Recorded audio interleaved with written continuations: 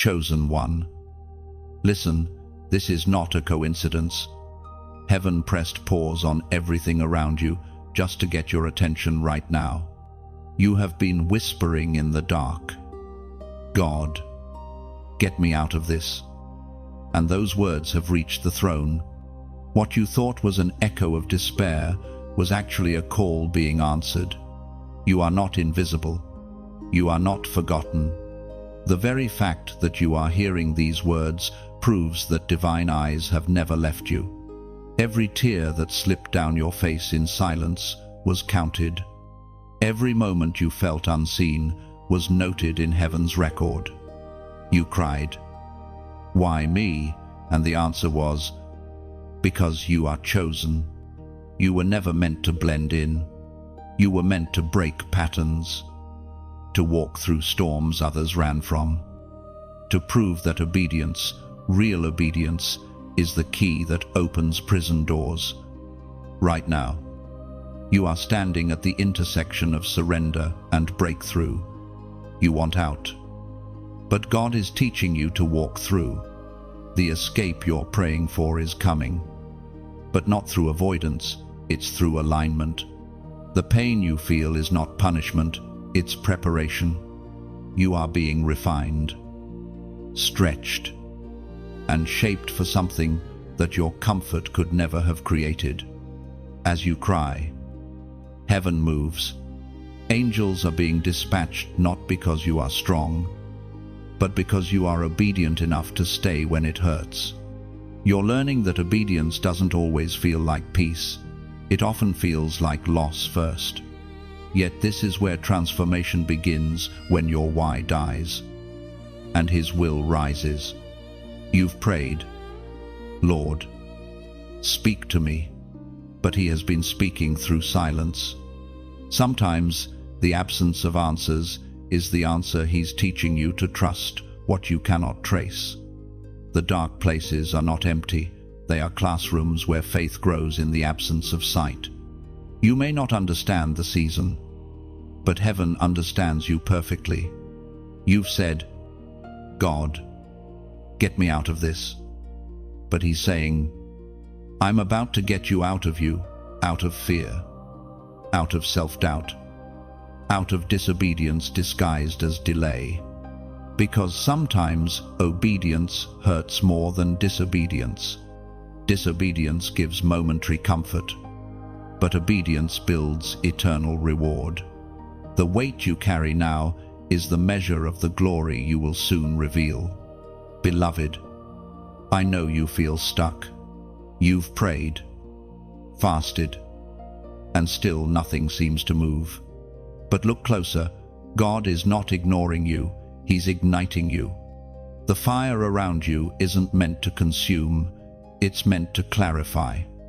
You're learning what is real from what is temporary. Every shattered plan is just divine redirection. Every closed door is God's mercy saying, "Not this way. Not yet." Listen carefully. Deliverance is not always instant. Sometimes it unfolds through endurance. The miracle is not only in the ending, it's in your ability to keep walking when the light seems gone. Heaven measures faith not by your comfort, but by your consistency. That's why the battle feels so heavy. You're fighting for territory that affects generations after you. As you stand there, exhausted yet still breathing, the voice of eternity whispers, "Obey," even when it hurts. For this is the moment when destiny turns, when your obedience becomes your weapon, your surrender becomes your shield. You've been asking for escape, but heaven has been waiting for your yes. The yes that breaks cycles. The yes that silences fear. The yes that tells hell, "You should have stopped me when I was tired, because now I'm anointed." We are reminded through the writings of David in the Psalms, chapter 34, verse 17. The righteous cry out, and the Lord hears them. He delivers them from troubles. You see, deliverance isn't delayed, It's developing. The moment you choose obedience over emotion, heaven begins to shift things on your behalf. You will not drown in this storm. You will rise from it with authority. The pain that tried to destroy you will become your testimony of endurance. The tears you shed are the water that will make your next season bloom. So breathe. Chosen one. Heaven is near. Don't give up because of what you can't see. Stand firm because of who you know. The God who called you out will not abandon you in the middle. He's the same yesterday, today, and forever.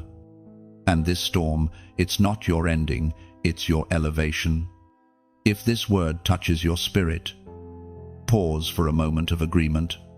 Type the prophetic number 777 inches, the comments to declare, I will obey. Even when it hurts.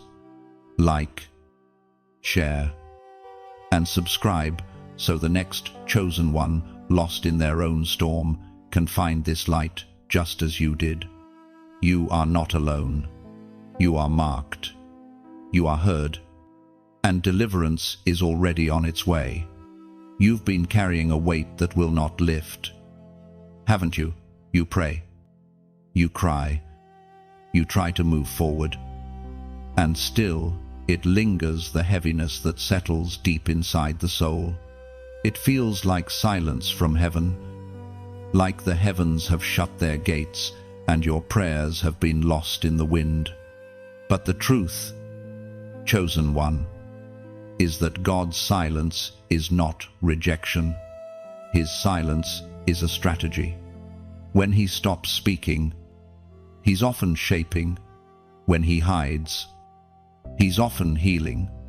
The waiting season is where warriors are born.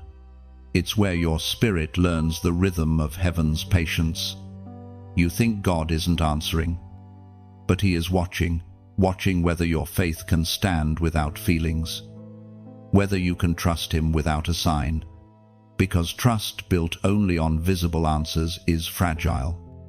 But trust, forged in stillness, becomes unbreakable. You see, there's a reason he hasn't lifted the weight yet. The load you bear is not punishment, it's precision.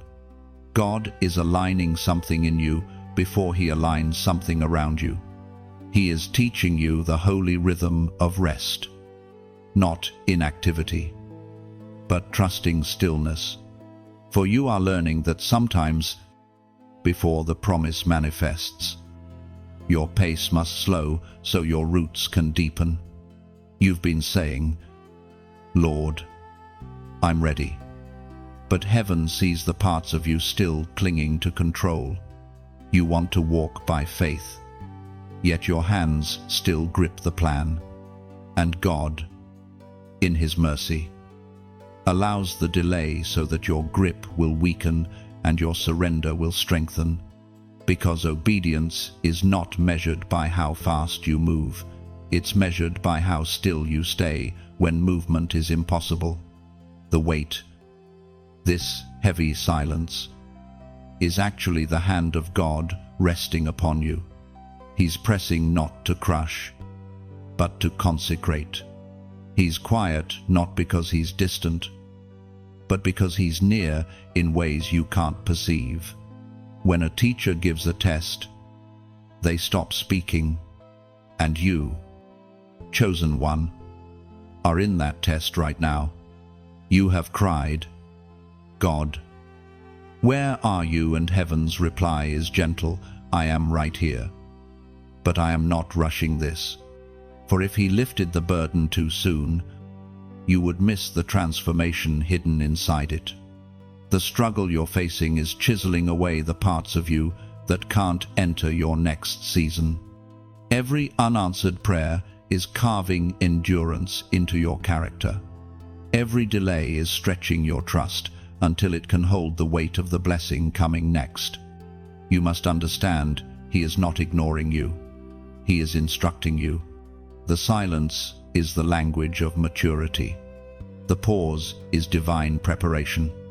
You are being taught how to hear him without needing noise. How to move in peace when everything around you demands panic. The waiting is not a void, it's a womb. Something sacred is forming. And though you cannot see it, heaven sees every detail. If you could peer behind the veil, you'd see angels working quietly, rearranging circumstances, softening hearts, and opening unseen doors. You would see that every moment of stillness has been purposeful. God has not forgotten your name. He is just perfecting his timing.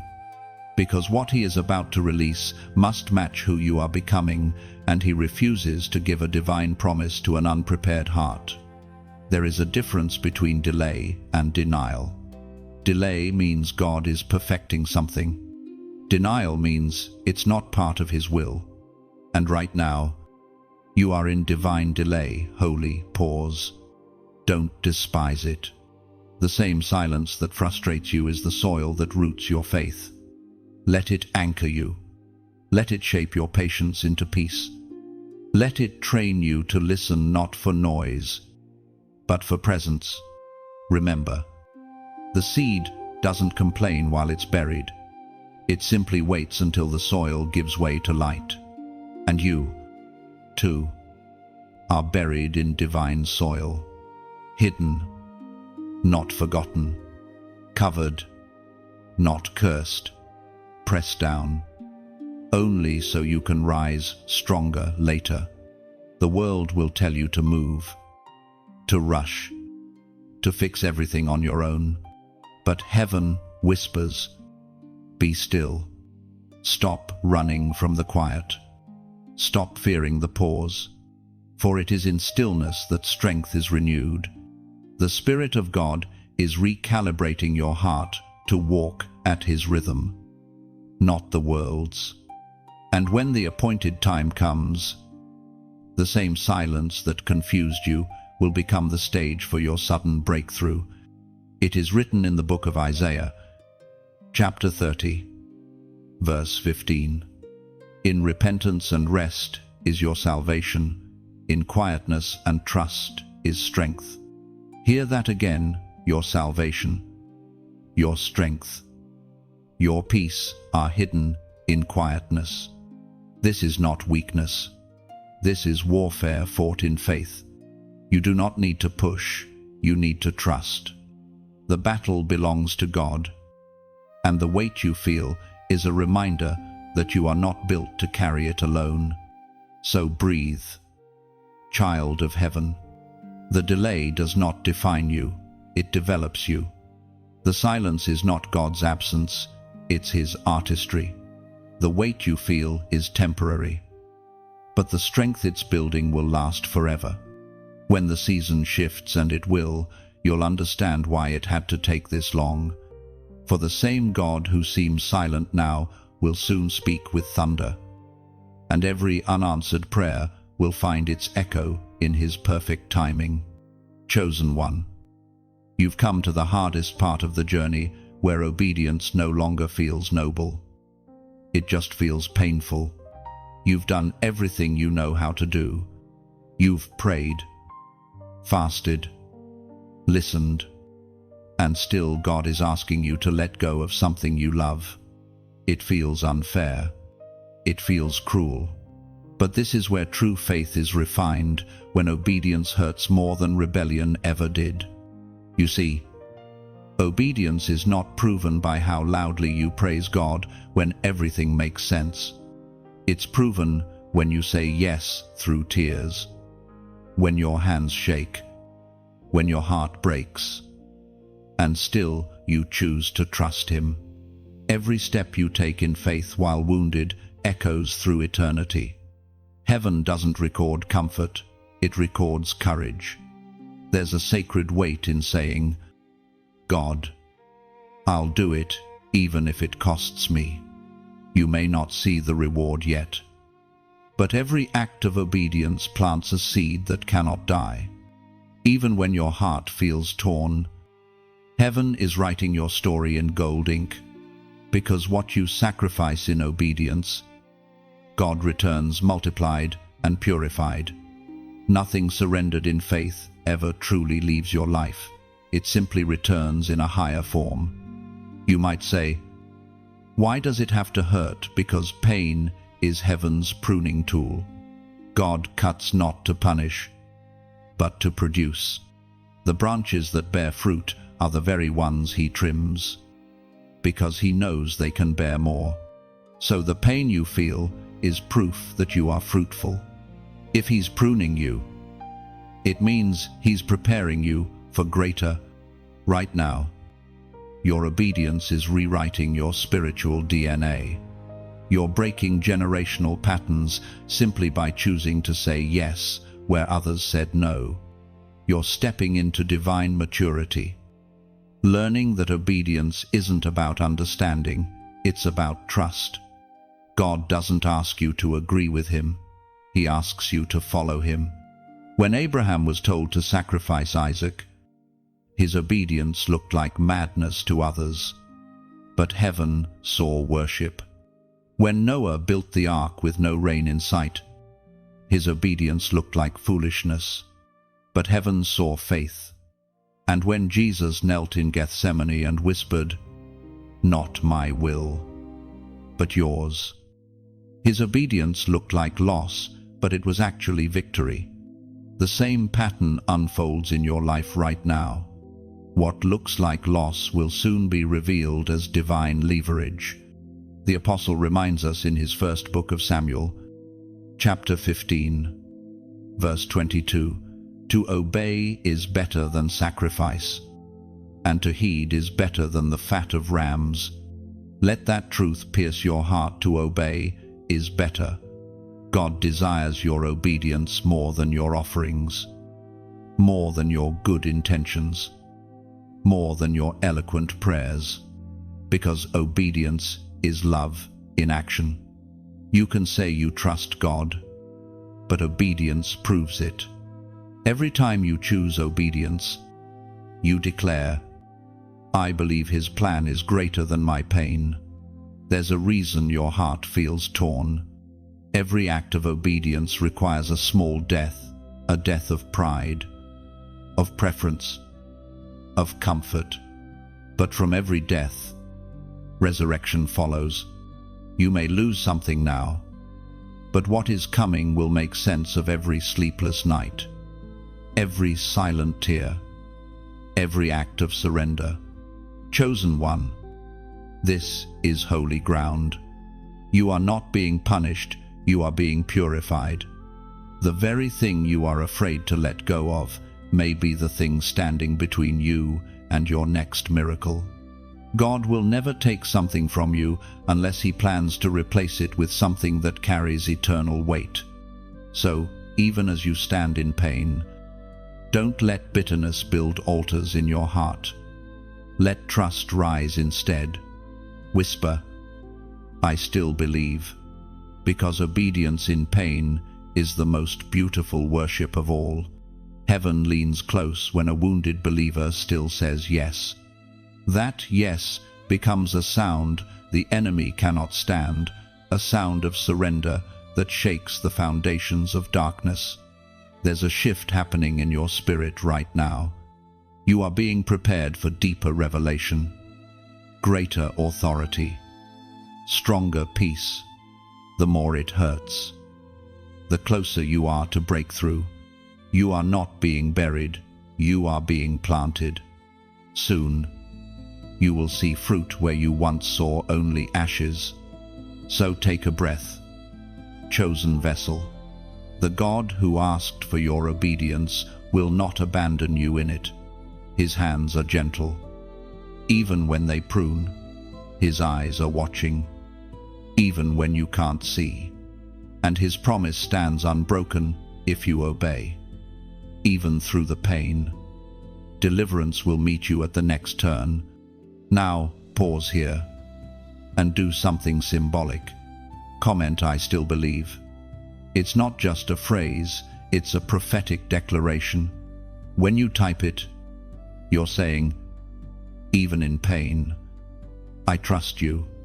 Even when I don't see the outcome, I choose obedience." Let those words seal this moment in your spirit, because your obedience today is the foundation of tomorrow's deliverance. And when you look back, you'll realize that what felt like pain was actually the sound of heaven turning the page. There comes a moment, chosen one, when you reach the breaking point. It's that place where your strength runs out, your prayers dry up, and you whisper in the darkness, "God, I can't do this anymore." And right there, in that quiet collapse, is where heaven begins to work most powerfully. The breaking point is not your end, it's your beginning. It's the sacred intersection where your ability ends and divine grace takes over. You've spent so long trying to hold everything together, to be strong, to keep smiling while your heart trembles beneath the surface. But the truth is, God never asked you to carry what only He can sustain. He's been waiting for you to break, not because He enjoys your pain, but because brokenness opens the door to transformation. A heart that's never broken cannot be truly surrendered. You see, the breaking is not meant to destroy you, it's meant to define you. You're being shaped by what feels like shattering. The pressure, the confusion, the loneliness, these are the tools of divine craftsmanship. When a sculptor works, he chips away the unnecessary pieces to reveal the masterpiece hidden inside the stone. And that's what God is doing with you. He's removing everything that doesn't reflect His image.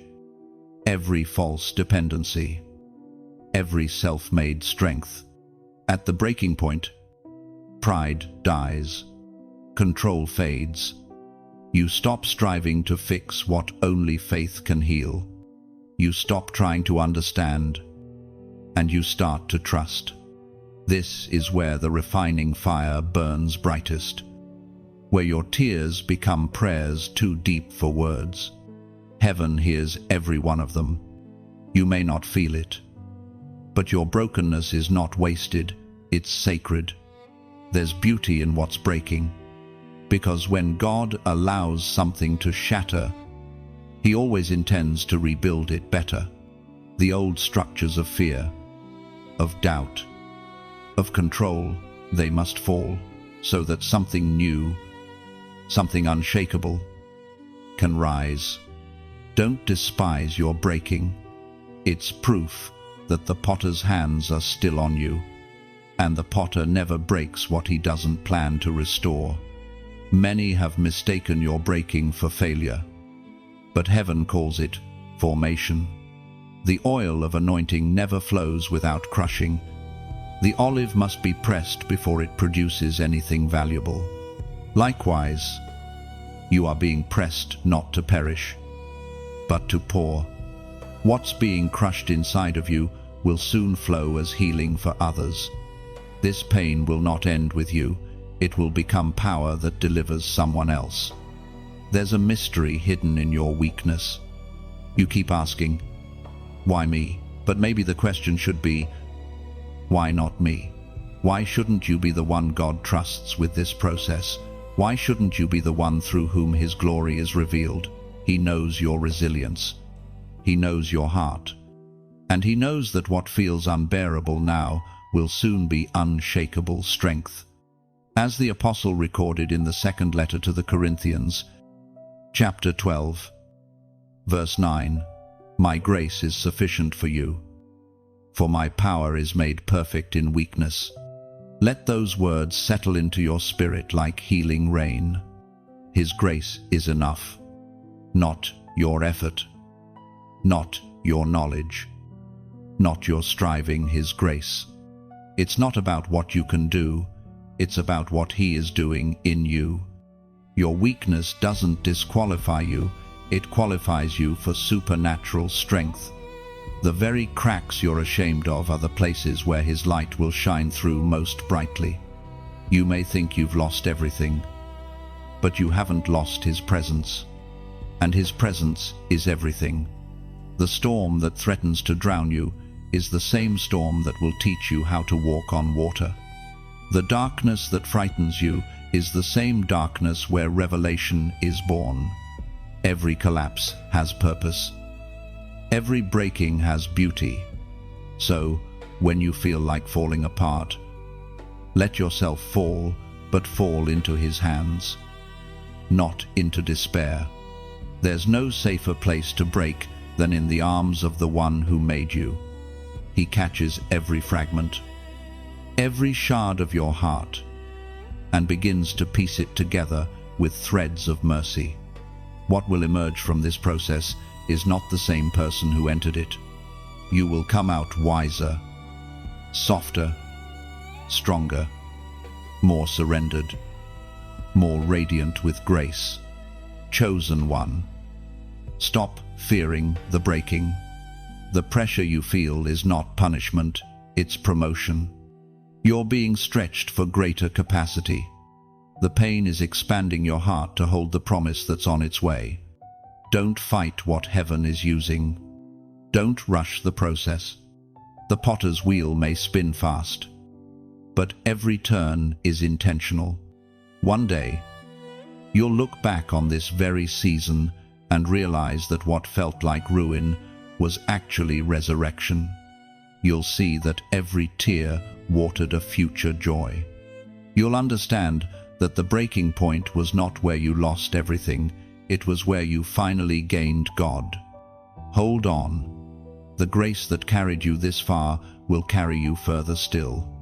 The breaking is not the end of your story. It's just the place where His power begins to write the next chapter. Chosen one. You've been running, praying, striving, and searching for the next door to open. But what if this season isn't about doors at all? What if it's about stillness? You've been taught that movement equals progress, that busyness equals purpose. Yet heaven whispers, stop, be still. Because sometimes the greatest act of faith is not running, it's resting. Stillness is not inactivity, it's trust in motion. It's the posture of a soul that knows God moves even when your hands can't. You've been taught to fight every battle. But some victories only come when you lay your sword down. Stillness is not surrender to defeat, it's surrender to divine strategy.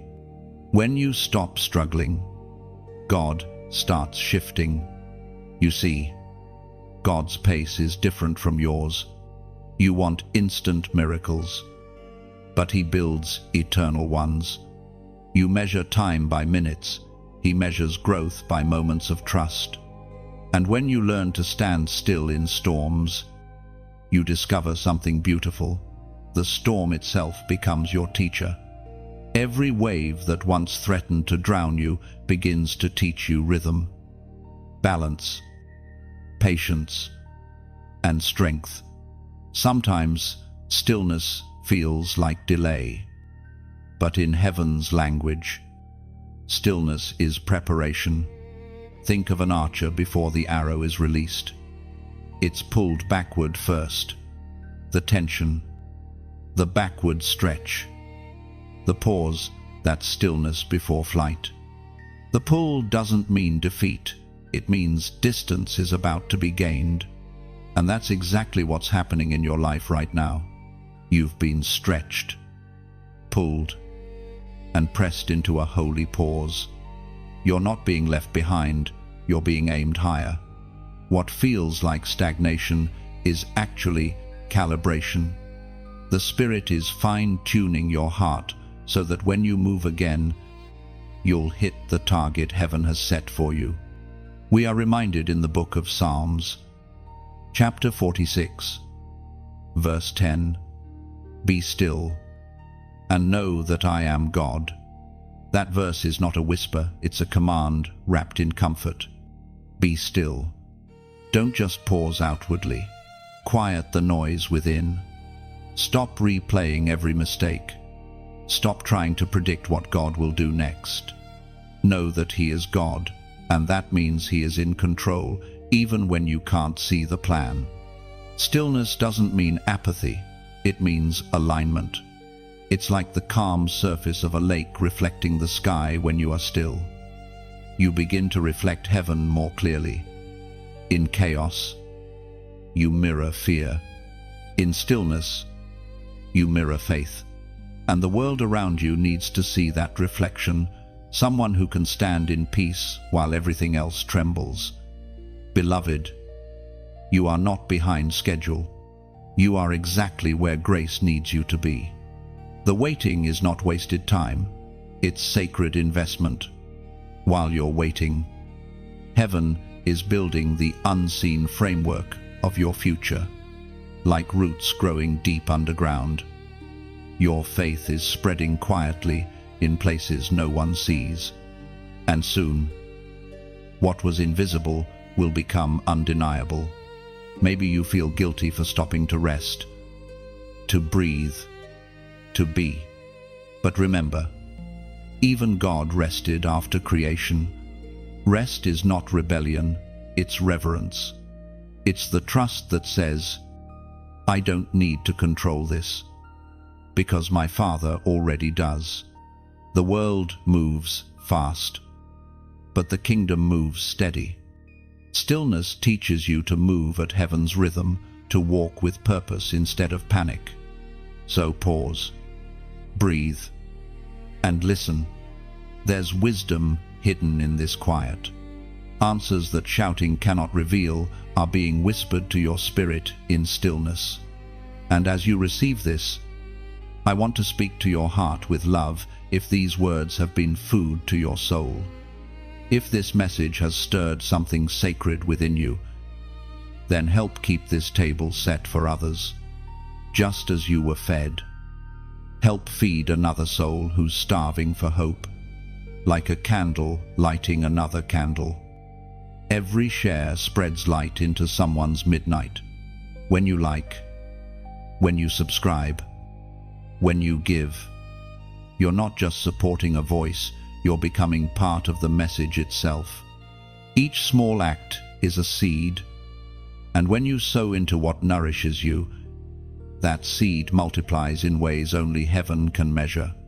You might not see the ripple now, but one click, one act of generosity, one whispered prayer keeps the river flowing. The words that reached you today might be the very lifeline for someone else tomorrow. If this message has spoken peace to your storm, consider sowing a small seed, a share, a like, a prayer, or a gift to help carry the same peace to others who are still in the dark. Because, beloved, ministry is not a performance, it's a flow. The more hearts it touches, the more heaven rejoices. So, as you sit in stillness, let gratitude move quietly through you. Let your giving, whether in time, kindness, or support, be your echo of obedience. You're not just listening, you're participating in the miracle. And remember, this stillness is not standing still, it's standing firm. God is moving, even in silence. He is working beneath the surface, orchestrating outcomes you cannot yet imagine. Be still, and trust that He is still God mighty, faithful, and working all things for your good. Chosen one. The battle inside you has been louder lately, hasn't it? You can feel it, the tug of war between what your spirit knows and what your flesh desires. You want to obey, but part of you still clings to what feels safe. You want to follow God completely, yet something inside resists, whispering, maybe later. That inner wrestling is not weakness, it's the sound of transformation. The tension you feel is proof that you are no longer who you were, and not yet who you are becoming.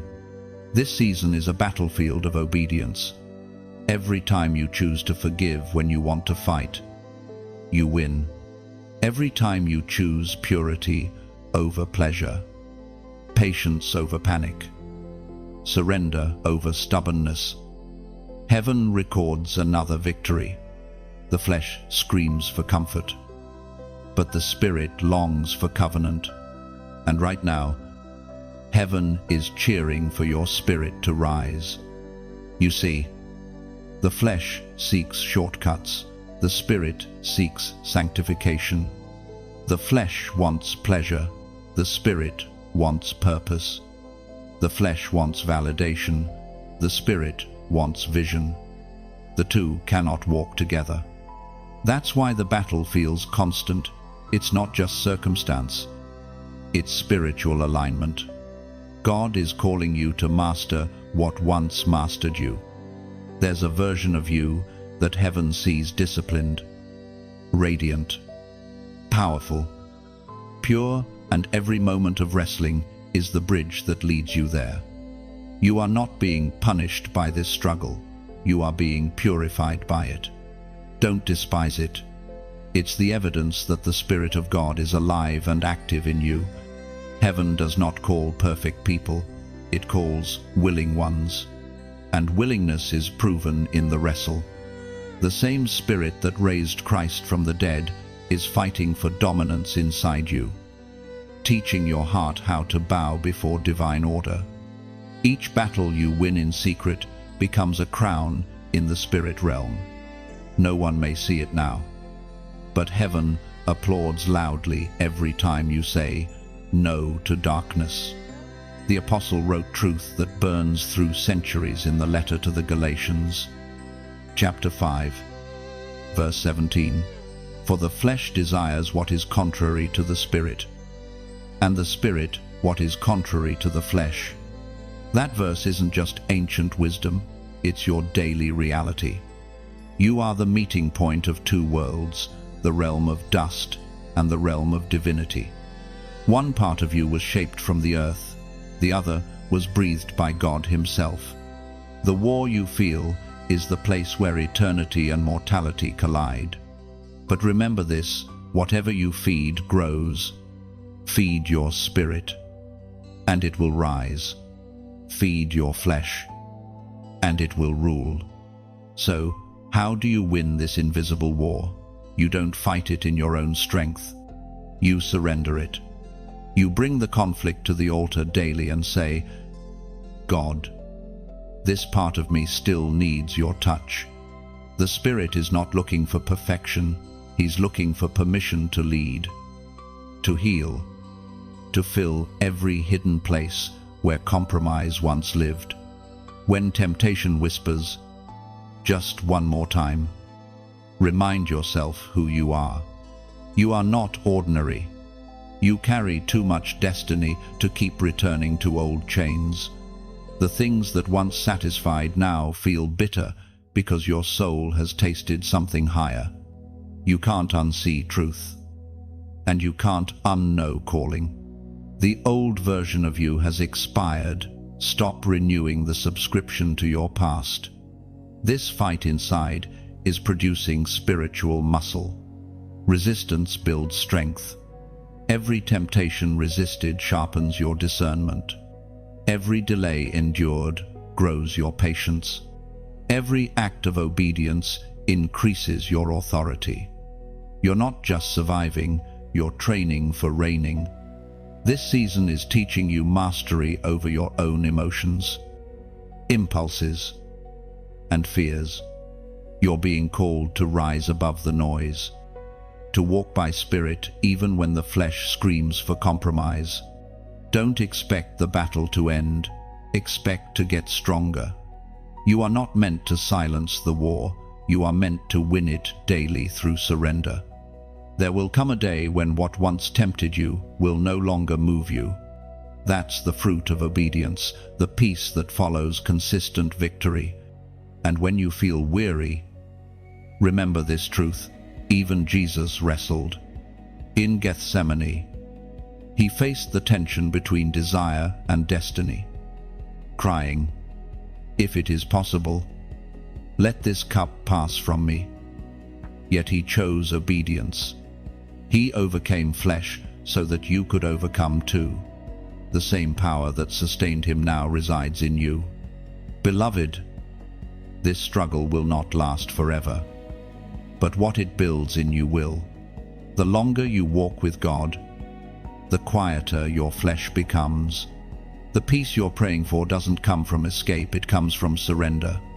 Every battle lost in pride can be won again in repentance. God never withdraws his grace from a heart willing to yield. So pause for a sacred moment. Let heaven see your agreement. Type the prophetic number 555 inches, the comments not as superstition, but as a sign of surrender. 5 is the number of grace, and triple grace means divine empowerment multiplied. When you write it, you're declaring, grace will govern me, my spirit will lead, my obedience will win. This is your turning point. The wrestling is not your downfall, it's your becoming. And the one who learns to obey through pain will one day walk in unshakable power. Chosen one, you've been walking through fire. It's not a figure of speech, it's the truth of your spirit.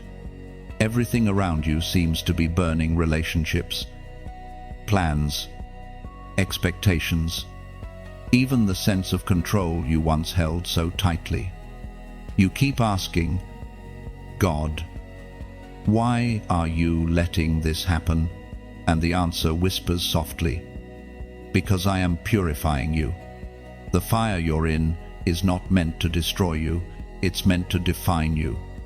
You are being refined like gold in a furnace, separated from impurities that can't walk with you into your next season. God doesn't use comfort to perfect his chosen ones, he uses heat. Fire reveals what's true. When everything unnecessary burns away, what remains is pure, unbreakable, eternal. There are flames that hurt, and there are flames that heal.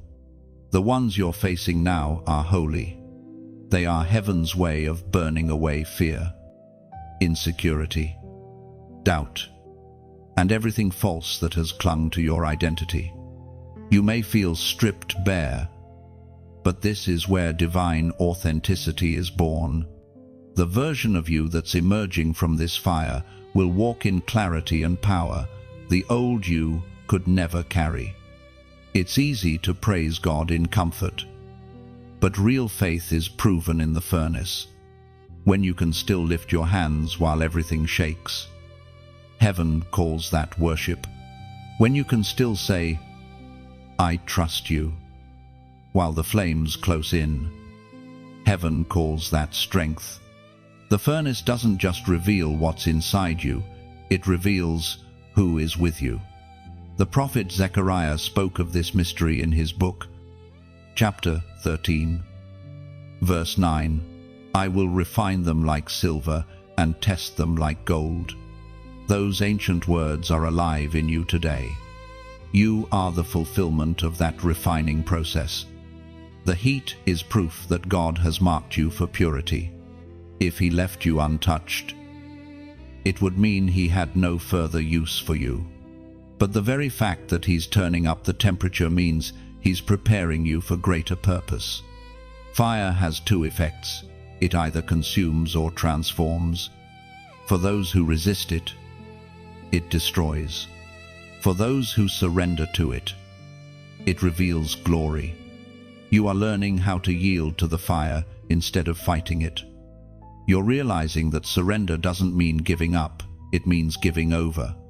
Every time you release another piece of your will, you rise higher in spiritual authority. You might not recognize yourself lately. That's because the reflection is changing.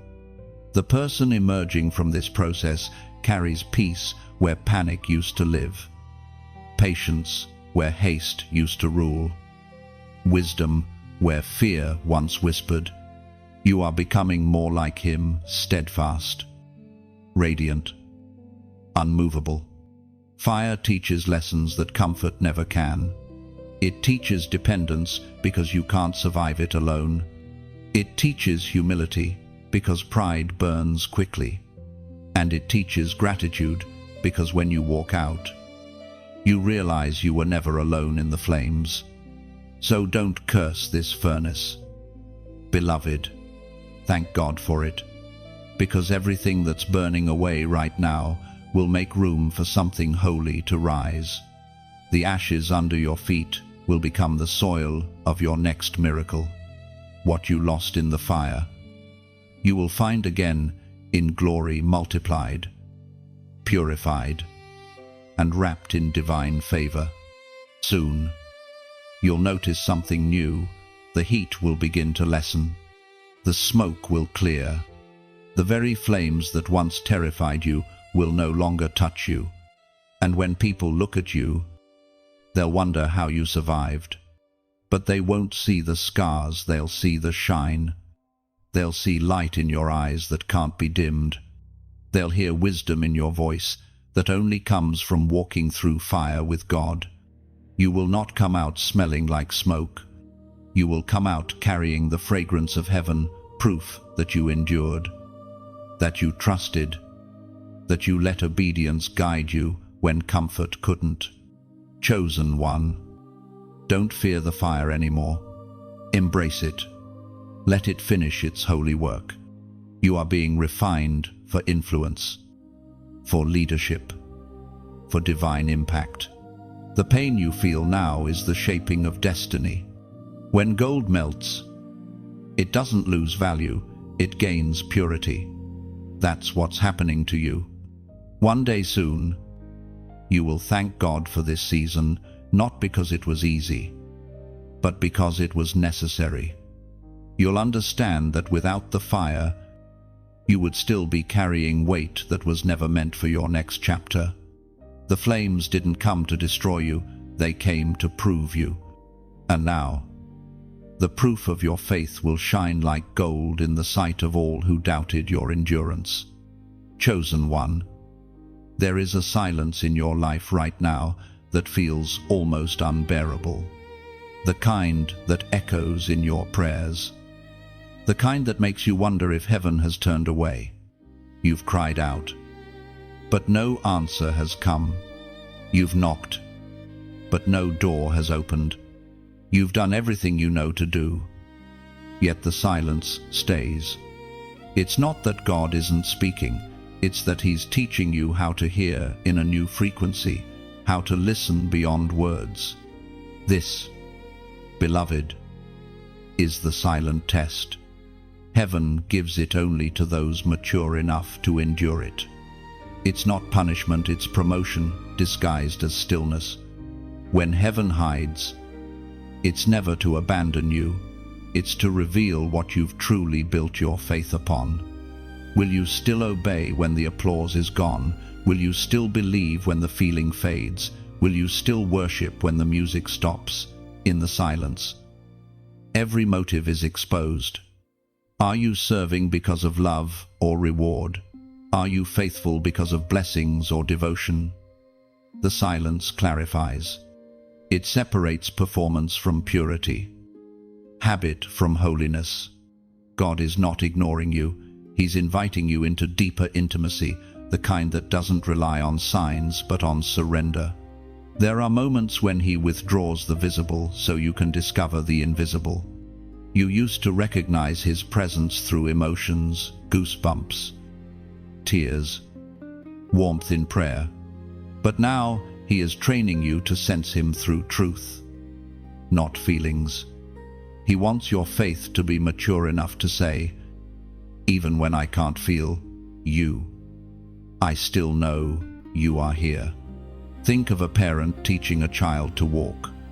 At first, they hold the child's hands tightly, but eventually, they step back, not because they've stopped caring, but because the child must learn balance.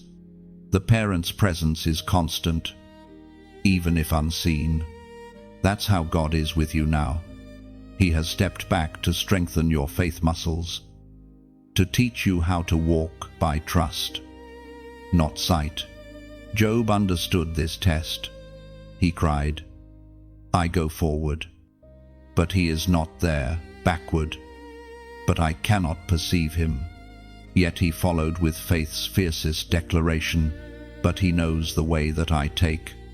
That's the secret of the silent test. It's not about whether you can trace God's hand, but whether you can trust his heart. The prophet's words still speak in the book of Job, chapter 23, verse 10. "But he knows the way that I take. When he has tested me, I will come forth as gold." Those words carry power for you now.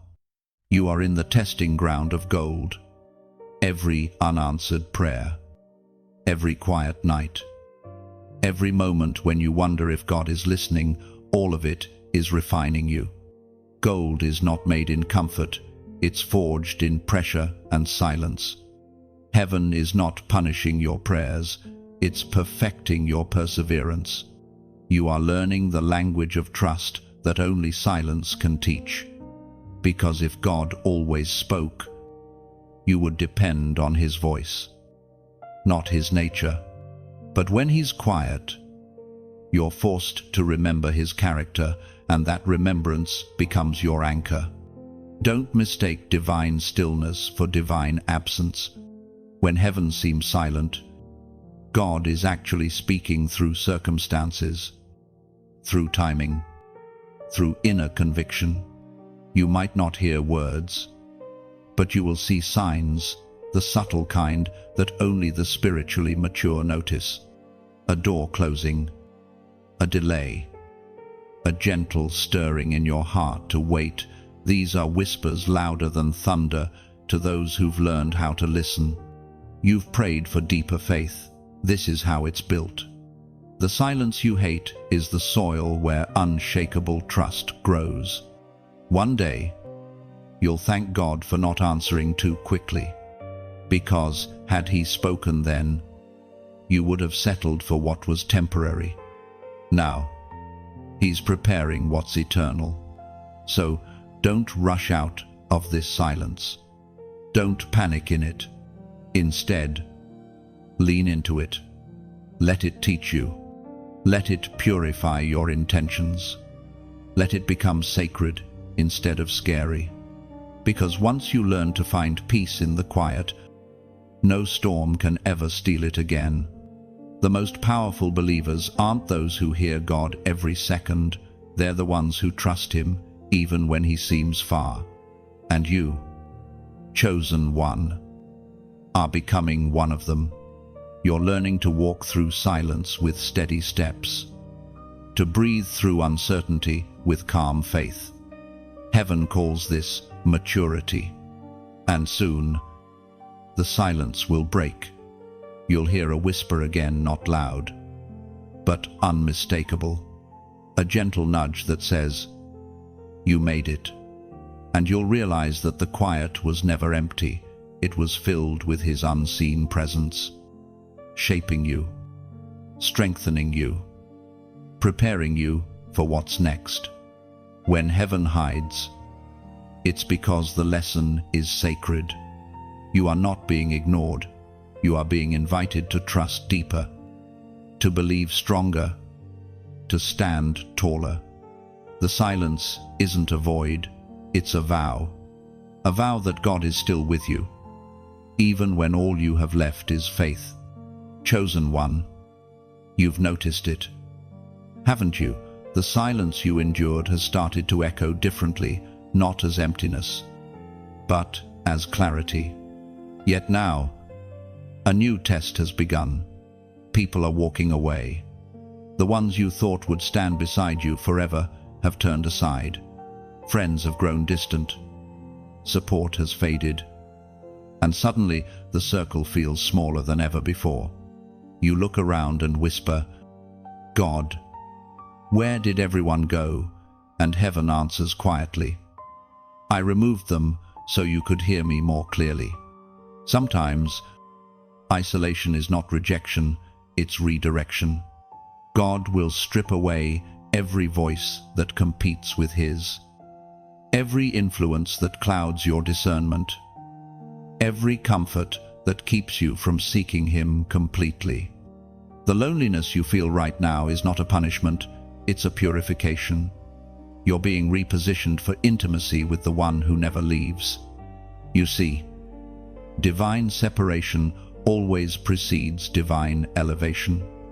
Before God lifts you, He simplifies your surroundings. Before He reveals destiny, He removes distractions. Those who walked away did not disqualify you, they released you. Some couldn't go where you're going because their presence would anchor you to old seasons.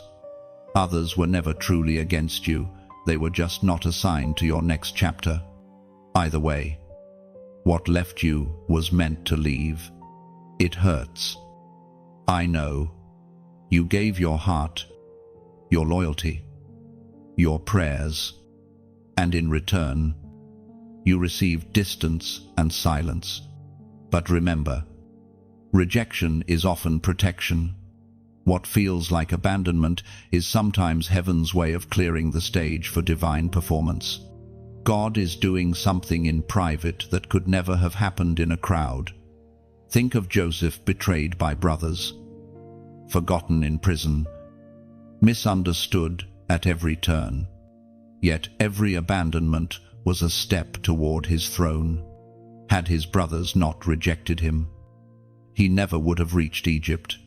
And without the prison, he never would have met the gate to Pharaoh's palace. What people meant for evil, God used for placement. And so it is with you. The ancient writings in the book of Deuteronomy, chapter 31, verse 6, remind us, "Be strong and courageous, for the Lord your God goes with you. He will never forsake you." Let that truth wrap around your heart like a warm cloak in winter. People may walk away, but God never takes a single step back. When every voice disappears, His presence remains. You are not alone. You are surrounded by a divine audience, unseen by human eyes. Angels have been assigned to walk with you through this valley of separation. Heaven itself accompanies you in every step forward. Sometimes the greatest deliverance God performs is delivering you from people who can't understand your calling. You cannot take everyone to the mountaintop. Some were only meant to walk with you through the valley. Don't chase who left. Bless them and release them. The door that closed did so for your safety. Had it stayed open, it would have drained your purpose and delayed your promise. God is teaching you to find contentment in His company alone.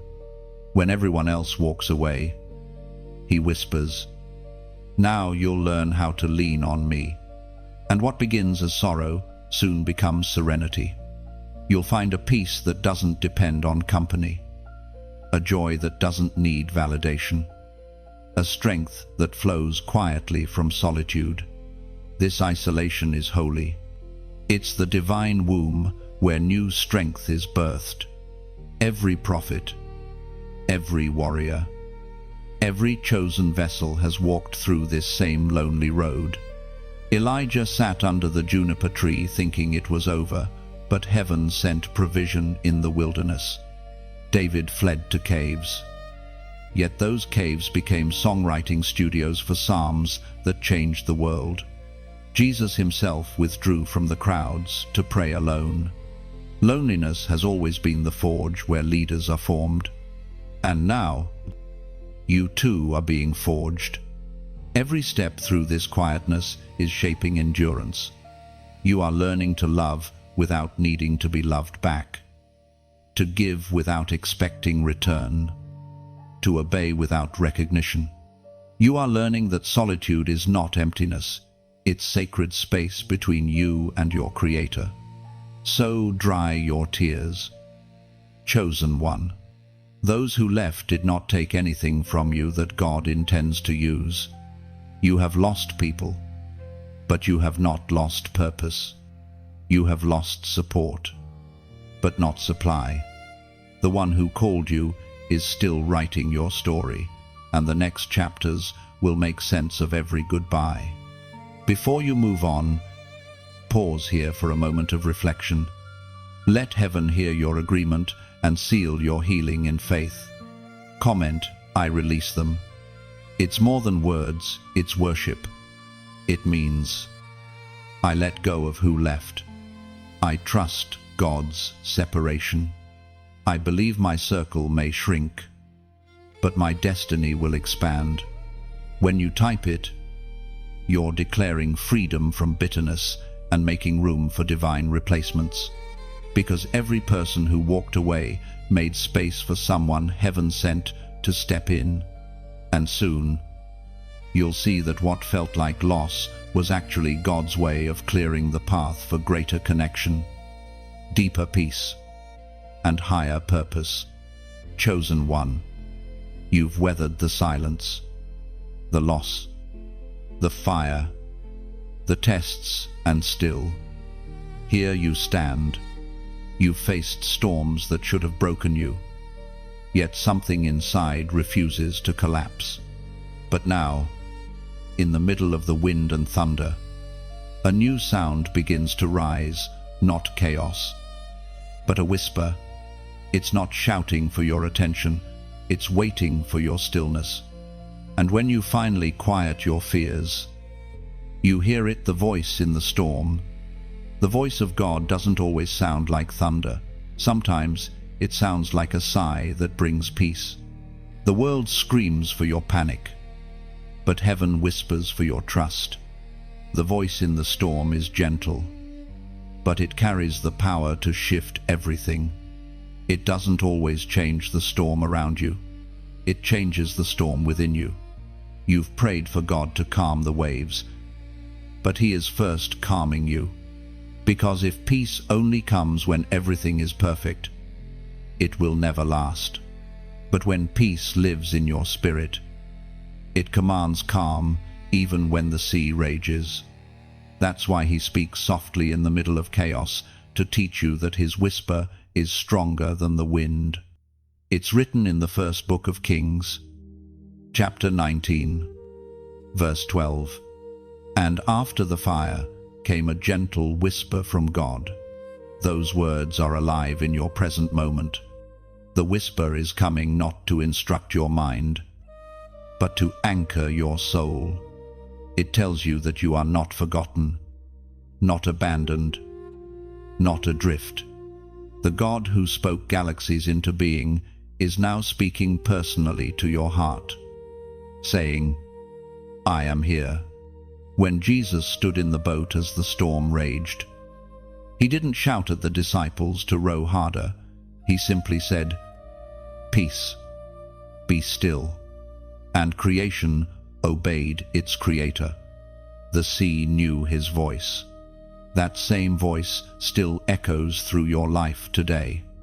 It's not loud, but it's commanding. When God speaks into your storm, even the chaos recognizes His authority. Chosen one, there's something sacred happening in your storm right now. God is not trying to destroy you. He's training you to hear differently. You're learning to find divine instruction hidden beneath the roar. You're learning that obedience often begins with silence, and deliverance begins with a whisper. Imagine your soul as a harbor. The waves crash, the wind howls, but beneath the surface, the anchor holds. That anchor is obedience. It keeps you from drifting. While others panic, you remain steady because you know the one who commands the sea. You've learned that storms are not the enemy. They are instruments that reveal how deep your roots truly go. And when this storm passes, and it will, you'll find treasures washed ashore. Wisdom that only suffering could give. Compassion that only pain could birth. Faith that only the wind could strengthen. Every storm leaves a deposit of grace behind. You will not emerge empty-handed. If this message has met you in the middle of your own storm, let me speak gently to your heart. You are not listening to words, you are hearing an echo from heaven. Someone else out there is also fighting to stay afloat, praying for a lifeline. You can become that lifeline for them. When you share this message, you are casting a net of light into dark waters. When you like, you're adding your flame to a beacon that guides others home. When you subscribe, you're saying, I want to keep this light burning. And when you give even a small seed, you're helping build the boat that carries hope across oceans of despair. Think of it like this: every message that reaches another soul is a candle carried across the storm. Maybe the one you light today will reach someone trembling on the edge of giving up. Maybe your small act of kindness will become the whisper that calms their sea. Support doesn't just keep the message alive, it multiplies it. Each share, each gift, each prayer stretches the reach of grace a little further. When you sow into this work, you're not just donating, you're participating in divine rescue. So, as you sit here, let gratitude move through you like calm water after the storm. Whisper a thank you to heaven for every whisper that found you in chaos. And, if you feel led, extend your hand to help another hear that same whisper. You've been strengthened by the storm. Chosen one, now become a voice in someone else's wind. Let your life echo the same message heaven is speaking to you right now: peace. Be still. The voice that calms the waves will calm you again. And soon, you'll see sunlight breaking through clouds that once seemed endless. The storm will not have the final word, the whisper will. And it will say, you made it. You trusted. You heard me. Chosen one. This season you are living in may not look like growth, but it is. You are being stretched in ways you never imagined, pulled between what was and what is yet to come. It feels like standing on a bridge that won't stop shaking. Every time you think you've adjusted, God pulls the edges of your heart a little further. The stretching season is uncomfortable, but it's holy. You've prayed for expansion, but you didn't know it would come wrapped in discomfort. Growth always demands space, and space is created through stretching.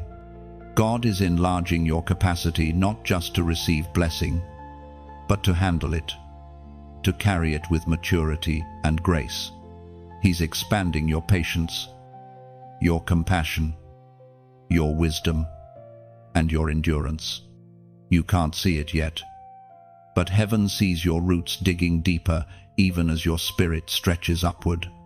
It's easy to praise when life fits perfectly within your expectations, but when God starts to stretch you, it often feels like everything is being undone. That's because old structures cannot contain new glory. What once worked in the last season will not work now. You can't carry a giant's calling in a child's armor. So, God allows discomfort to push you out of patterns that are too small for your purpose. The stretching feels painful because it challenges your control. You were used to knowing what's next, but now every step feels uncertain. Yet, this is precisely where faith grows strong, when you move forward without a map. Faith doesn't bloom in comfort, it blossoms in tension. The gap between promise and fulfillment is the ground where spiritual muscles form. Sometimes stretching looks like loss, losing people, losing plans, losing predictability. But every loss is making room for increase. You are being emptied to be filled again, filled with new understanding, new strength, new vision. The more you let go, the more heaven can place in your hands. Stretching is heaven's way of saying, I trust you with more. You might feel like everything familiar is slipping away. But pay attention, this is not chaos, it's calibration. Like an instrument being tuned, you are being adjusted for divine harmony. Every string of your soul that once rang dull is being tightened to carry heaven's sound. The tension is what creates the melody. Without it, your life would produce no resonance. The prophet Isaiah spoke words that echo through this very moment. In chapter 54, verse 2, "Enlarge the place of your tent. Stretch your tent curtains wide. Do not hold back." That is what God is doing right now, enlarging your tent. He's widening your borders so that your influence, your love, your faith can reach farther than before. But notice the command, do not hold back, because in stretching seasons, the greatest temptation is to shrink, to retreat into safety, to cling to what used to feel manageable. But you cannot step into expansion with a constricted heart. You must let go of your smallness to embrace divine scale. There's a moment in the stretching where you'll want to quit. It's when the gap between your current capacity and your next calling feels unbearable. That's when you must remember that stretching doesn't kill, it strengthens, like a seed breaking its shell to reach light. You are breaking through limits that once defined you. The soil may press against you, but it's only because you're growing beyond it. And here's the quiet miracle you're learning: flexibility. You're learning how to bend without breaking, how to stretch without snapping. That's the mark of a seasoned believer, not one who never feels tension, but one who can stay pliable under divine pressure. The Spirit is shaping you into a vessel that can hold both suffering and glory without losing balance. Every delay, every detour, every divine not yet is part of this stretching. God is aligning you with greater precision, teaching you patience that will protect you when the blessing arrives. Because premature promotion is dangerous. If you arrive before you're ready, the weight of the gift could crush you.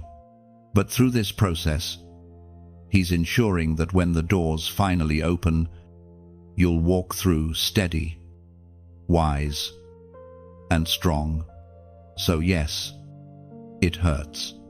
Yes, it's confusing. But beneath the ache, there is divine artistry at work. God is molding your life into something resilient, something that can withstand pressure and still radiate grace. You're learning endurance, not perfection. And soon, you'll discover that the stretching was never meant to break you. It was meant to make you fit for destiny. One day, you'll look back and thank God for the tension. You'll see how every pull prepared you to carry what once would have overwhelmed you.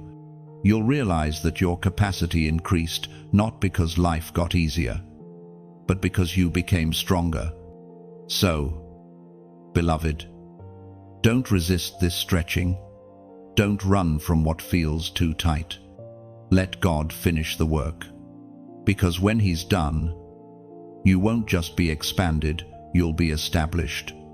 Chosen one. You've entered a space where nothing seems to make sense anymore. You've obeyed. You've prayed. You've waited, and yet the path still feels foggy. It's as if every step forward stirs more questions than answers. You look to heaven and whisper, "God, what are you doing?" But even now, even in confusion, purpose is being fulfilled. This is the sacred paradox of faith. You are being asked to trust a God you cannot trace. The plans of heaven rarely follow the logic of man. What feels like disorder to you is divine order unfolding at a higher frequency.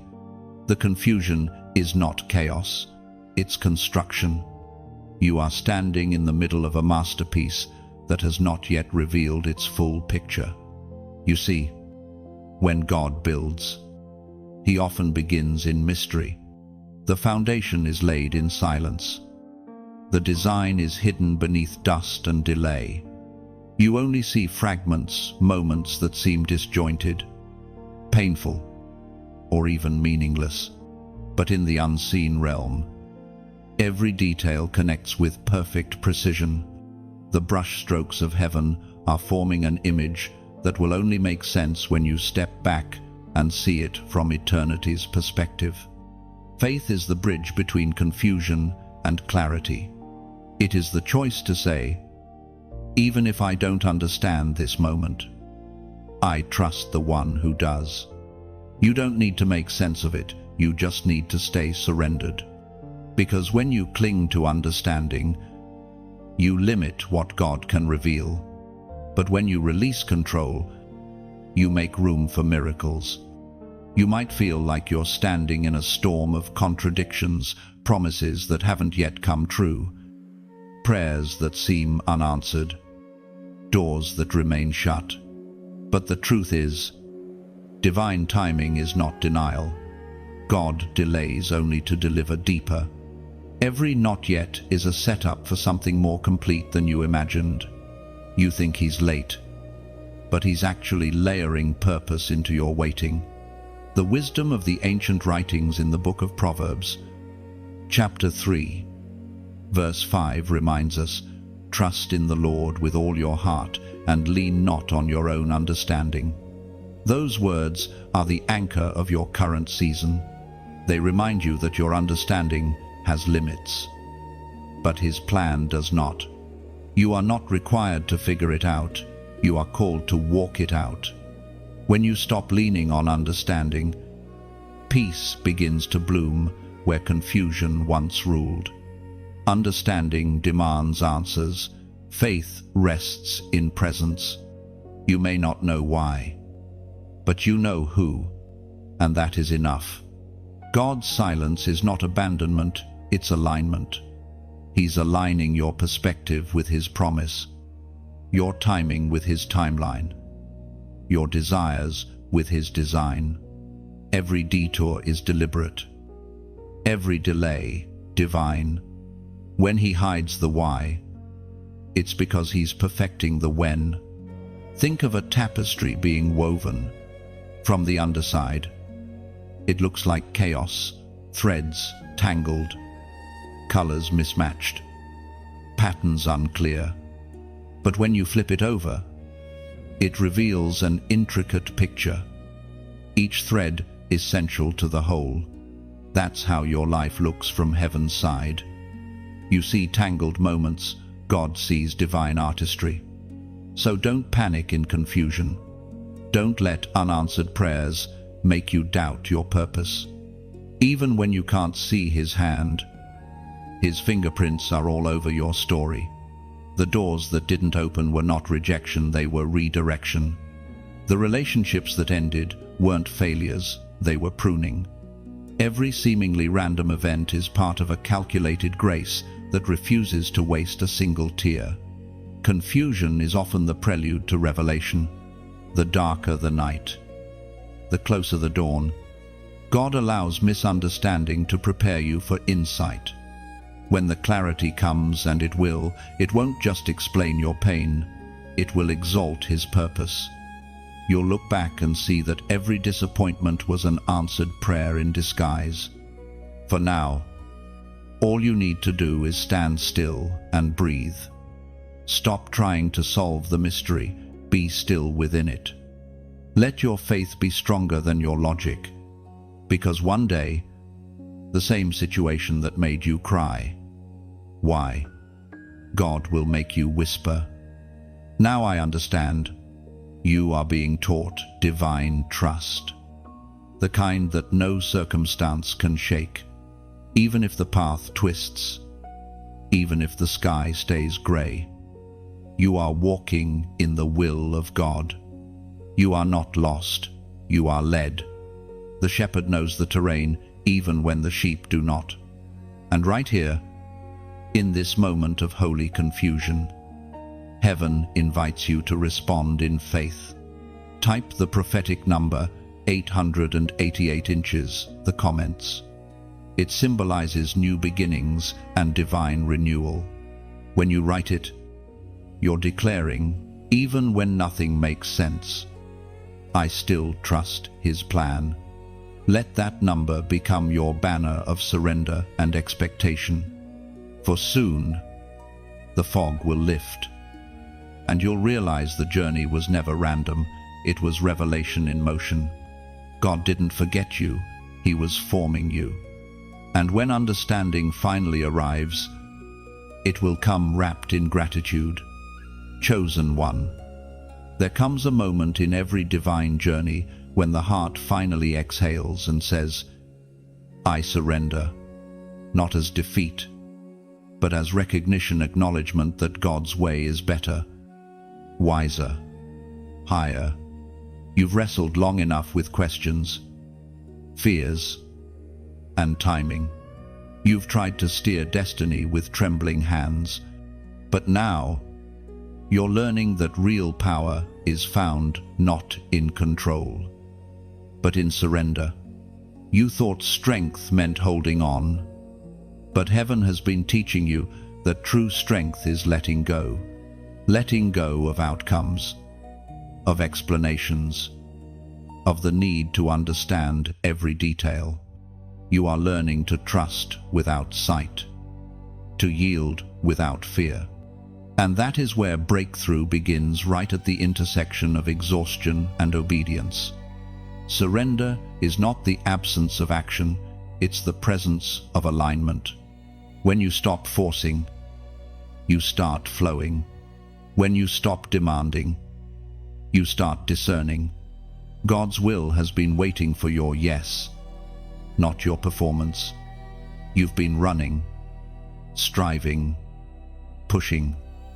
But the door that opens in this season will not respond to effort, it will respond to obedience.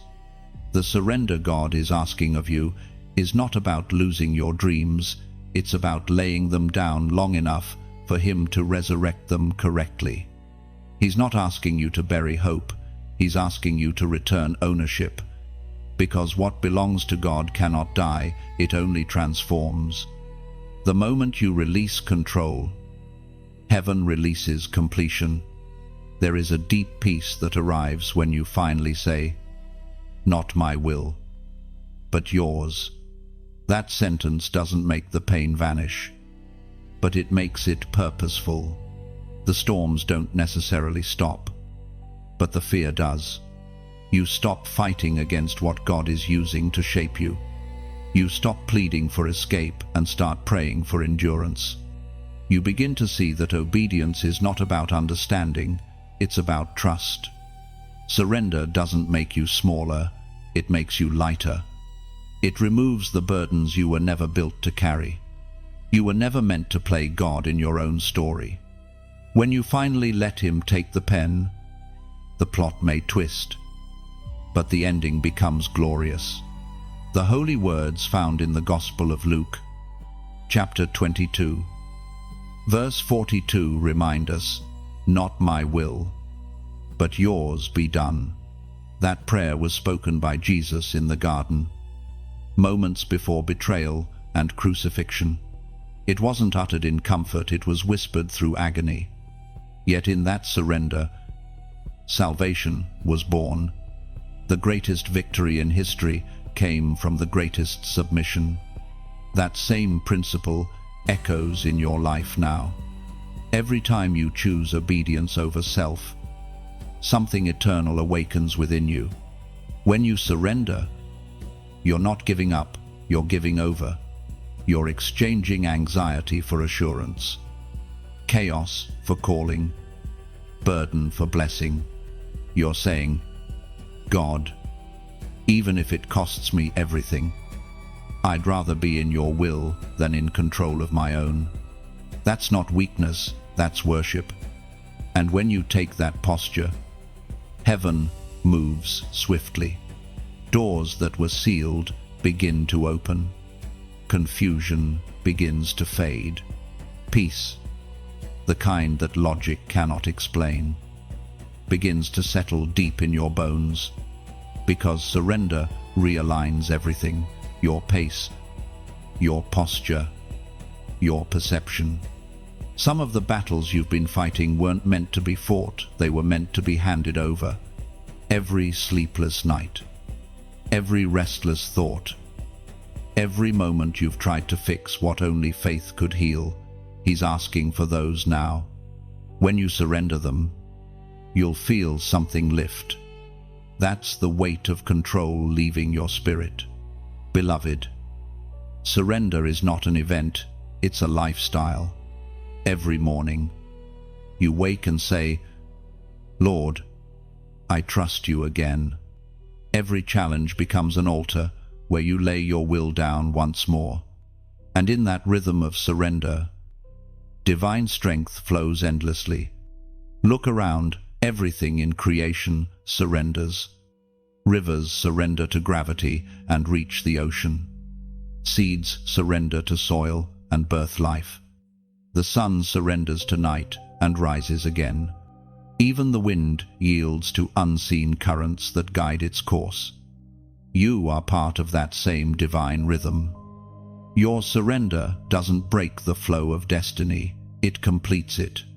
You may not know what happens next, but you don't need to. The one who wrote your beginning already designed your ending.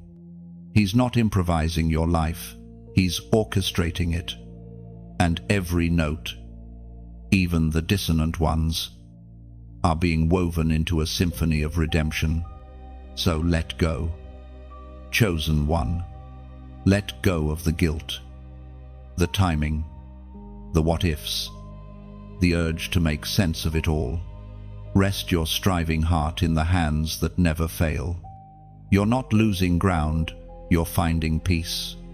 You're not falling apart, you're falling into grace.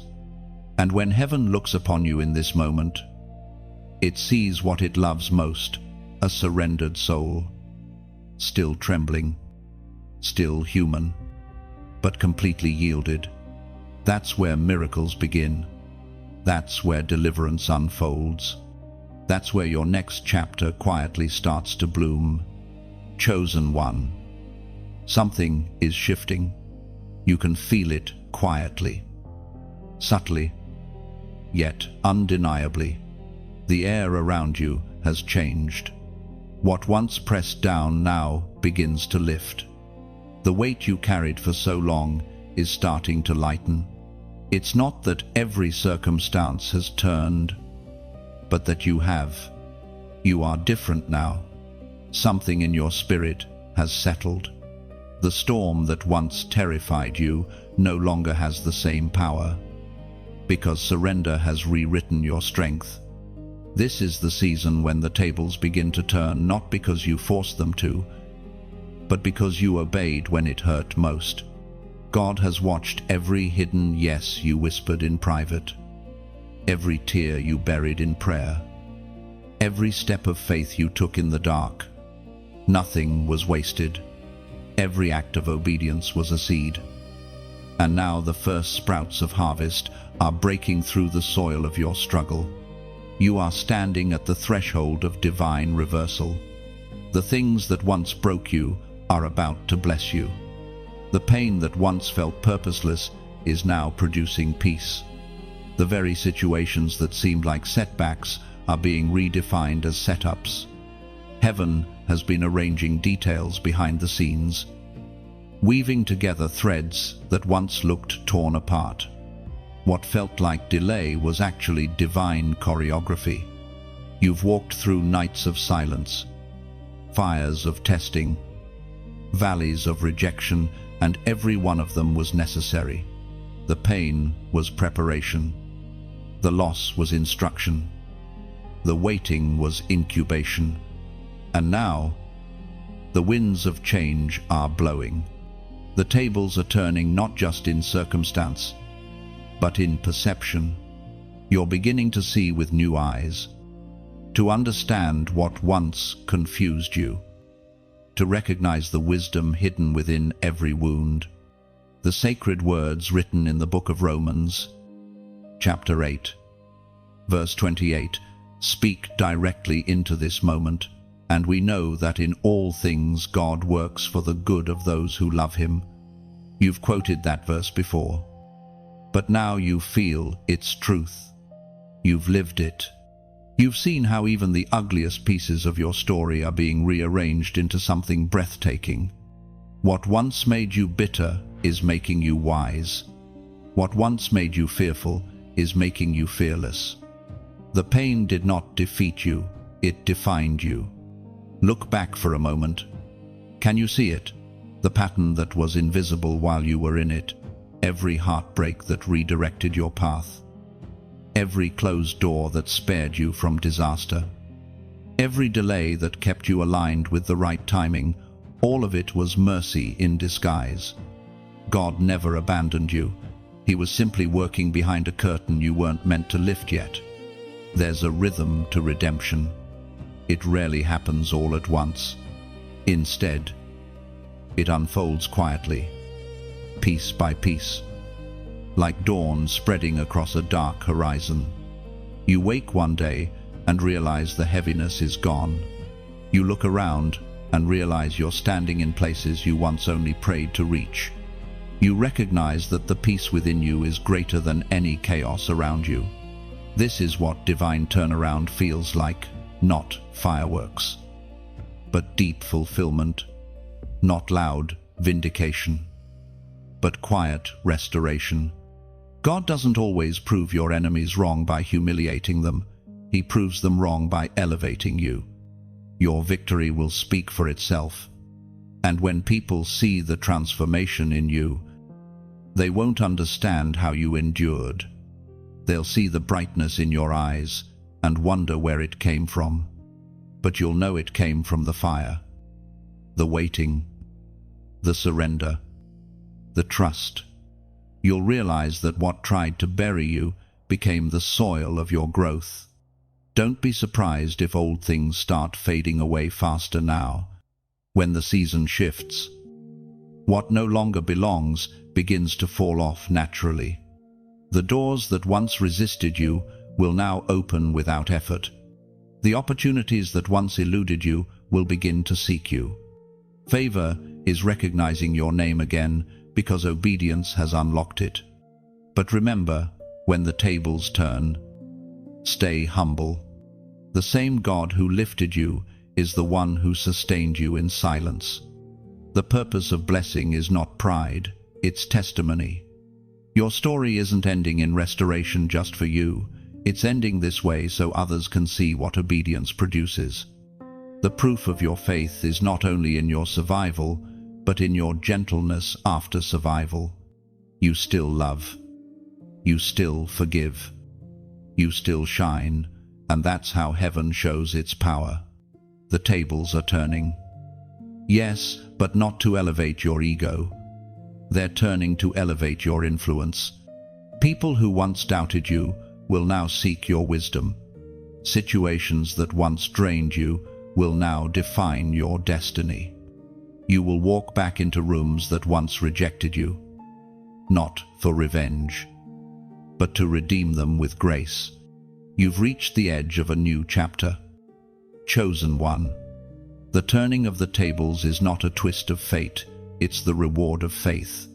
Keep walking with the same heart that endured the wilderness, because the God who flipped the page is still writing your story, and he never ends a sentence without purpose. Chosen one. You have reached the part of the story where beauty starts rising from ashes. The long nights have not been wasted. They were the soil where joy was being planted. You didn't even notice it at first. But something inside you changed. The heaviness that once made you weep now feels lighter. The ache in your chest has become a rhythm of gratitude. You're beginning to see that every tear you shed was watering something sacred.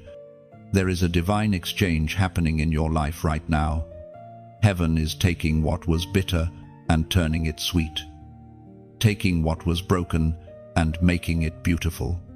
Every sorrow sown in faith is being transformed into harvest. You are stepping into the glorious exchange where obedience, though it hurt, now yields joy that cannot be stolen.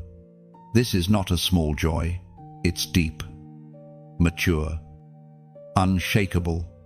It's the kind that doesn't depend on circumstance but flows from the knowledge that God truly wastes nothing. The darkness you endured became the very place where His light proved most real. What once made you cry now makes you worship. Because you finally understand He never abandoned you. He was working through every heartbreak to build a joy that pain could not undo. The psalmist wrote of this mystery in the book of Psalms, chapter 126, verse 5.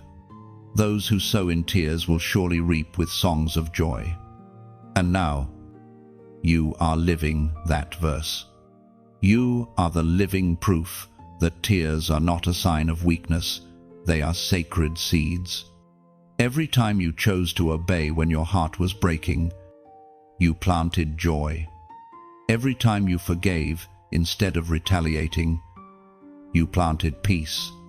Every time you trusted instead of doubting, you planted favor. And heaven never forgets a seed.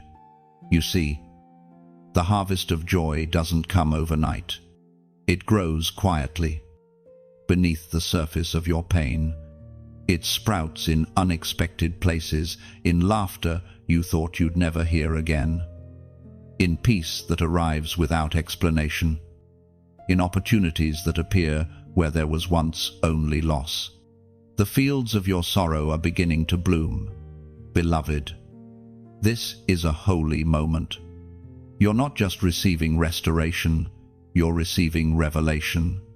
You now understand that joy is not the absence of pain, it's the victory that emerges from it. The enemy thought he buried you, but he was only planting you. And now, what once was buried is breaking through the ground. You've cried long enough. Now, heaven is composing your song. But remember, joy isn't meant to be hoarded, it's meant to be shared. The same way God turned your mourning into dancing, your testimony can now turn someone else's despair into hope.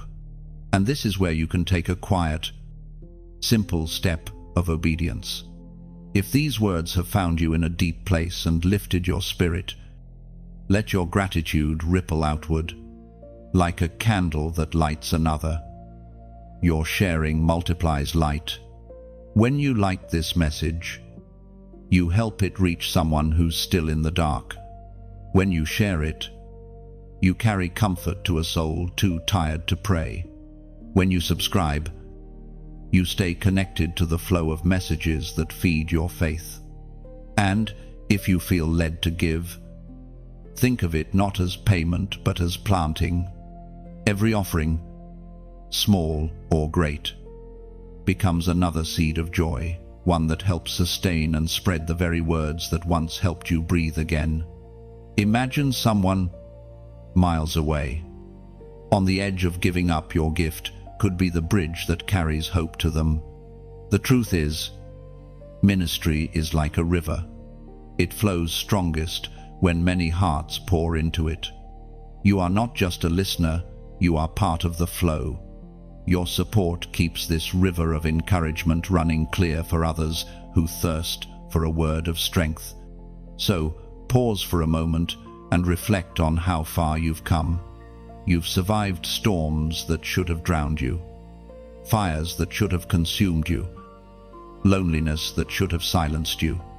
Yet here you are standing, shining, healed. You are no longer the one who cried for deliverance. You are now the one who sings of it. You have become a living psalm of victory. Heaven smiles on you tonight, not because you are perfect, but because you persevered. You obeyed even when it hurt. And now the reward of that obedience is joy that sings louder than pain. Let that joy overflow through your words, your giving, your gratitude. Let it echo beyond this moment, until it becomes a chorus that draws others toward hope. Because this, beloved, is the exchange heaven always promised: ashes for beauty, mourning for dancing, despair for praise. You have entered your harvest season. Walk through it, singing, Chosen One. As you rise into the light of new purpose, a final warning echoes through the heavens. Do not return to what you were delivered from. The greatest danger after victory is complacency. The enemy knows he cannot defeat the one who stands, so he tries to lull them back into comfort. Many have lost their crowns, not in the battle, but in the aftermath of triumph. You see, freedom is not a moment, it is a maintenance. Deliverance is the door, but discipline keeps it open.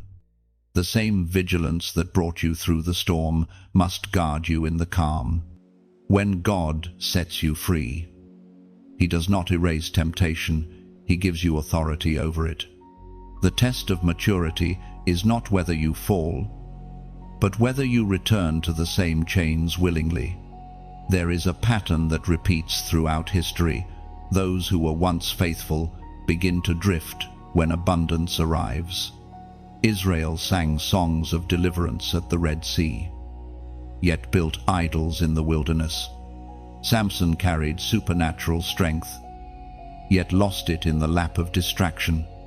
Even Peter, who walked on water, began to sink when he looked away. These stories are not ancient, they are mirrors.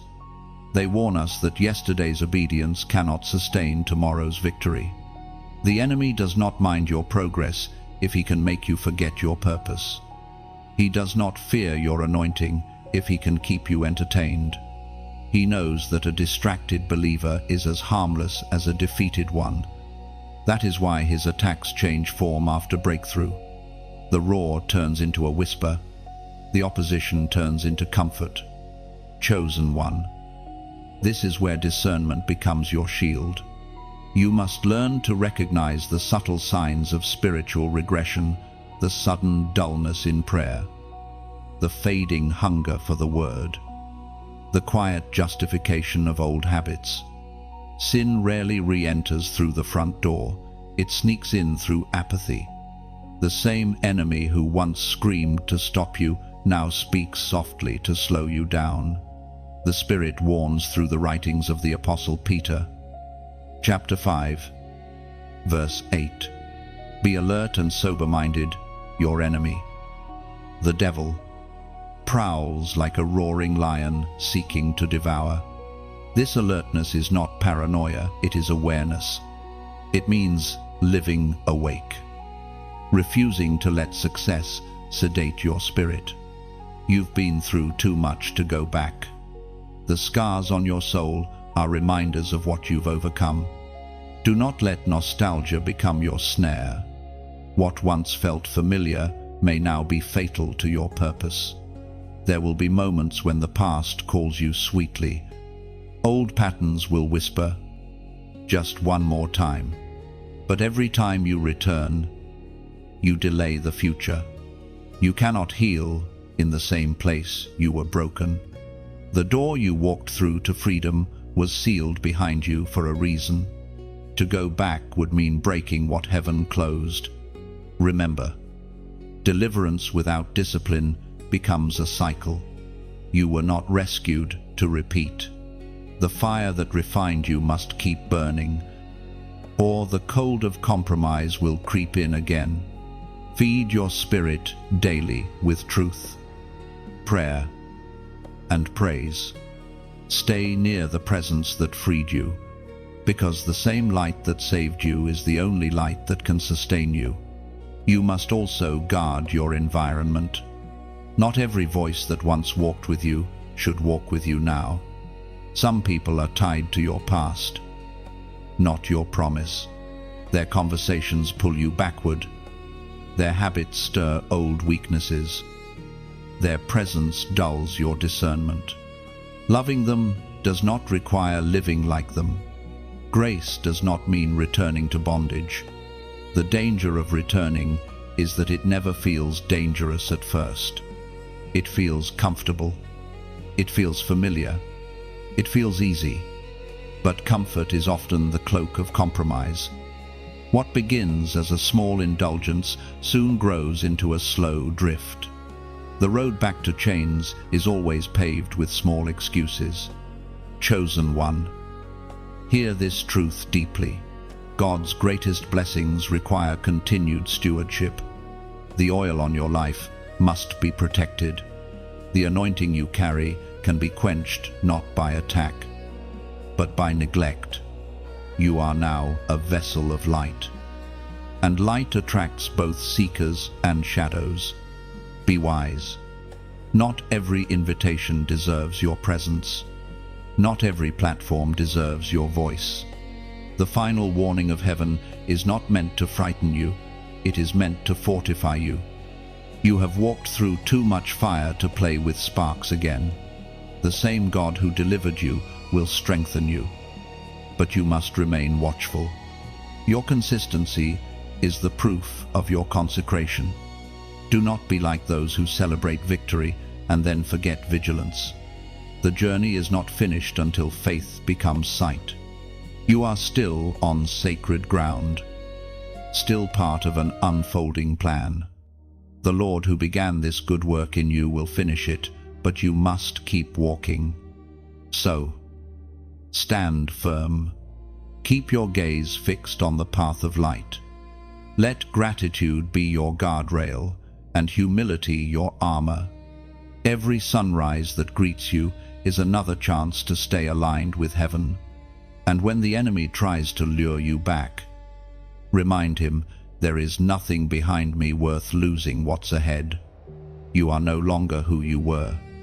You are a guardian of grace, a carrier of promise, and the keeper of a flame that must never go out. The warning is not condemnation, it is covenant. Heaven's way of saying, stay awake. My chosen, the promise is near. Chosen one, you have walked through fire and flood, silence and storm, breaking and rebuilding, and now you stand on holy ground. This is the place few ever reach, the rise after the refining. You are no longer the same person who cried out, God, get me out of this. You have been transformed by obedience, by endurance, by a faith that refused to die. Every scar has become a seal of strength, every tear a testimony. You are the proof that obedience, even when it hurts, always leads to deliverance. Look at you now. You are no longer surviving, you are shining. The ashes that once covered you now glitter with the residue of glory. The storms you endured have washed away the fragile versions of faith that once depended on feelings. What remains is real, rooted, radiant. You've learned that worship is not a song, it's a stance. You've learned that victory is not always loud, it's the quiet peace that follows surrender. You were pressed, but not crushed. You were struck down, but not destroyed. Every time you thought you couldn't go on, grace lifted you by the hand and whispered, keep walking. And you did. You kept walking when it hurt, when it made no sense, when the crowd disappeared. You obeyed when there was no applause, and heaven took notice. Now, the evidence of divine craftsmanship surrounds you. You are standing in a place of stability you once only dreamed of. The fear that used to chase you has grown silent. The confusion that clouded your vision has cleared, and in its place stands a clarity born of pain, a wisdom that speaks softly but carries eternal weight. You see now that obedience wasn't just about doing what God said, it was about becoming who He saw. You carry an authority that cannot be taught, it can only be forged. When you speak, peace follows. When you pray, mountains move. When you walk, darkness trembles. You are not ordinary, you are marked. You've been branded by fire and favored by faith. What once made you weep now makes you war. You no longer run from battles because you know who fights beside you. The Apostle Peter spoke of this moment in his first letter. Chapter 5, verse 10. After you have suffered a little while, the God of all grace, who called you to his eternal glory in Christ, will himself restore you and make you strong, firm and steadfast. Those words are no longer distant comfort, they are your living reality. You have suffered your little while. Now grace itself stands before you, ready to restore, to strengthen, to establish. You are being rebuilt not as you were, but as you were always meant to be, unshakable. The unshakable are not those who never fall, but those who rise every time with deeper conviction. You've discovered that faith is not fragile, it's ferocious. It doesn't crumble under pressure, it thrives there. You have been stretched, purified, and proven. Heaven calls you not just chosen, but trusted. God trusts you now with more responsibility, more revelation, more reach, because you have shown that you will obey even when it costs. Your story will not end with struggle, it will end with glory. But this glory will not be the shallow kind that fades with applause. It will be the quiet, enduring radiance of a soul at peace with its Creator. You won't need to prove your worth, your endurance already did. You won't need to chase validation, your obedience already carries heaven's approval. This is what it means to rise unshakable. It's not about never feeling fear, it's about no longer bowing to it. It's about walking through the same fires that once burned you and realizing they no longer touch you. It's about knowing that the same God who carried you through the valley will stand with you on the mountain.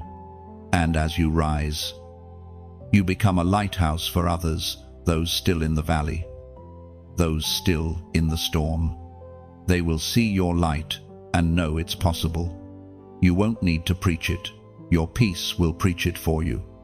You'll carry deliverance in your demeanor, redemption in your presence.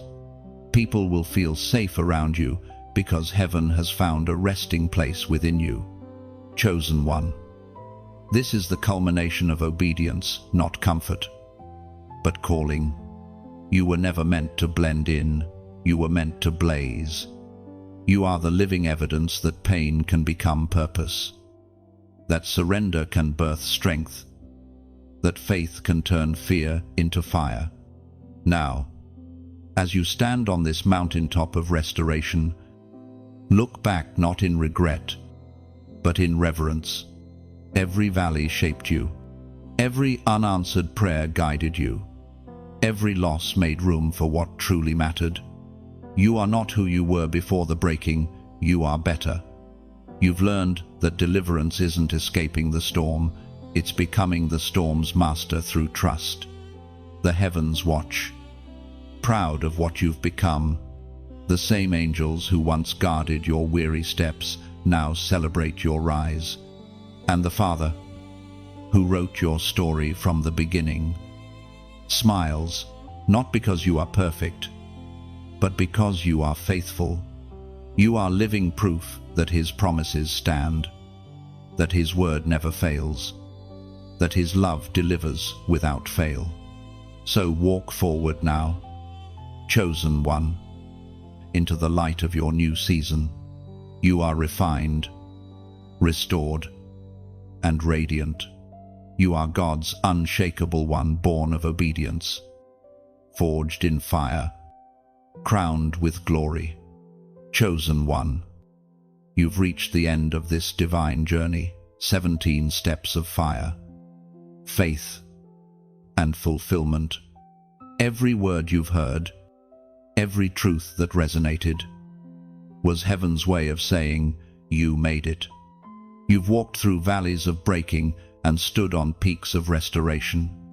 You've learned to obey when it hurt, to trust when it was dark, to wait when it was silent.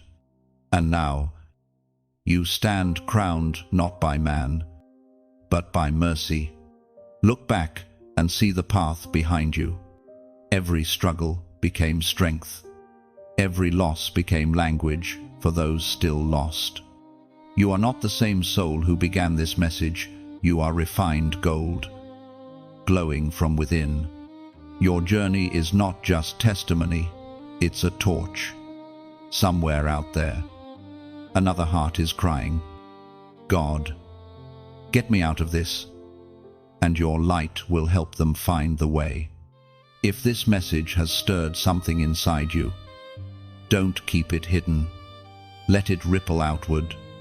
When you like, you add your flame to a greater fire.